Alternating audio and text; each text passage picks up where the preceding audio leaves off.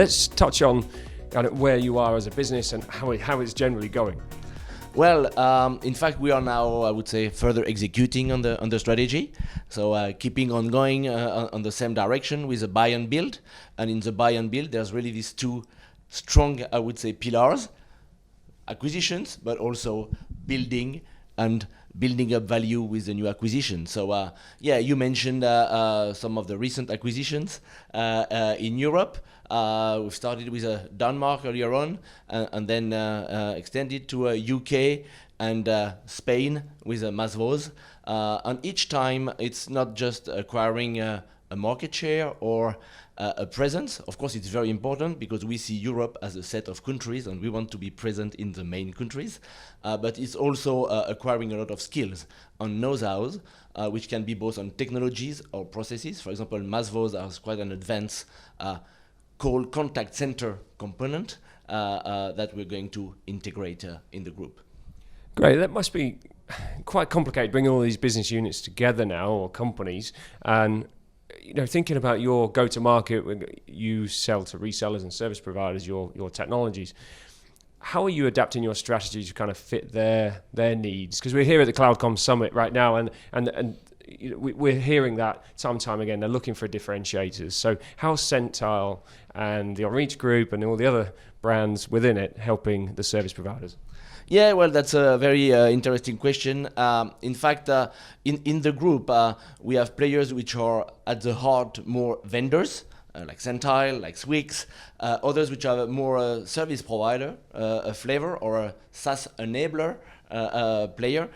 So this combination has a really great value add because it gives us even a more direct grab to the market, the feedback, and how we drive innovation, value creation for the entities in the group and for our partners and for our customers. So that's because sometimes when you are in a B2B market selling platforms to carriers, you have a hard time getting the real end user grab and end user feedback. When it's some entities in your group that can provide also more direct feedback, that's really helpful. Of course, you need to segment that in a proper way, but that's where we really see benefits from the different entities in the group.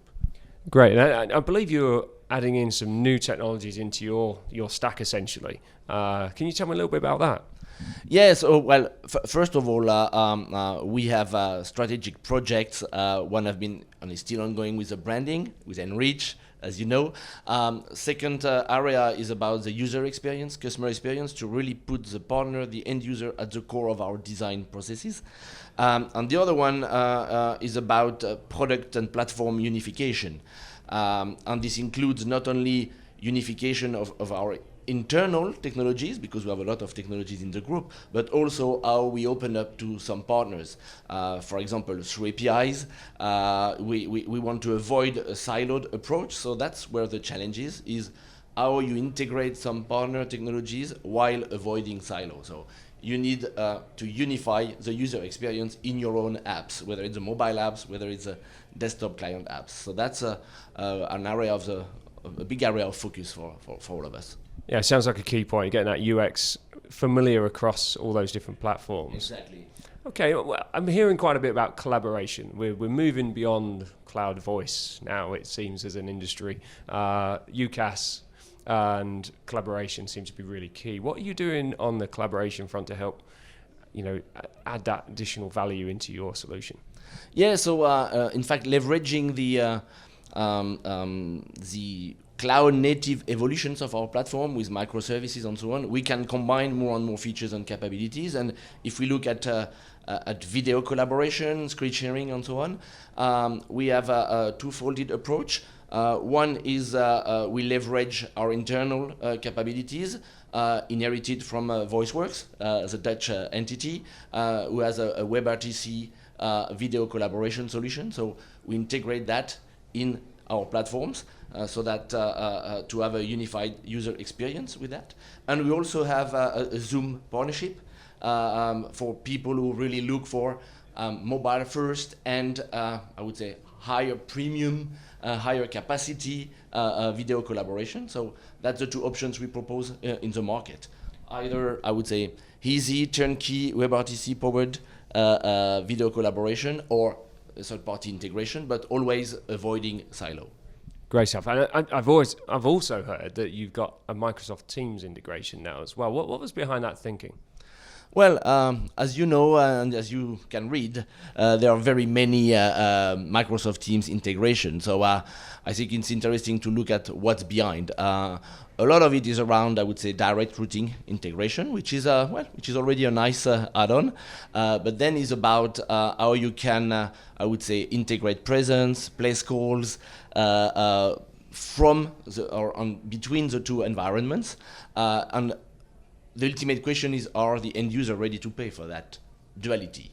And I think that's where we see both an opportunity and a challenge.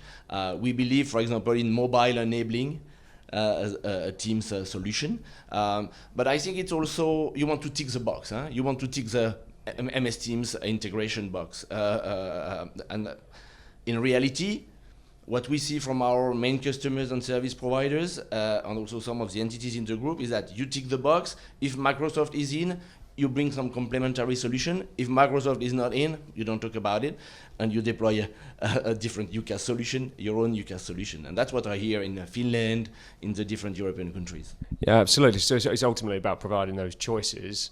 I mean, we say ticking boxes, but it's choices, isn't it? It's choices, but the service providers, some of them, they really see Microsoft as a threat. So they want tools to work with, but also protect themselves. So it's a challenging situation for the service providers.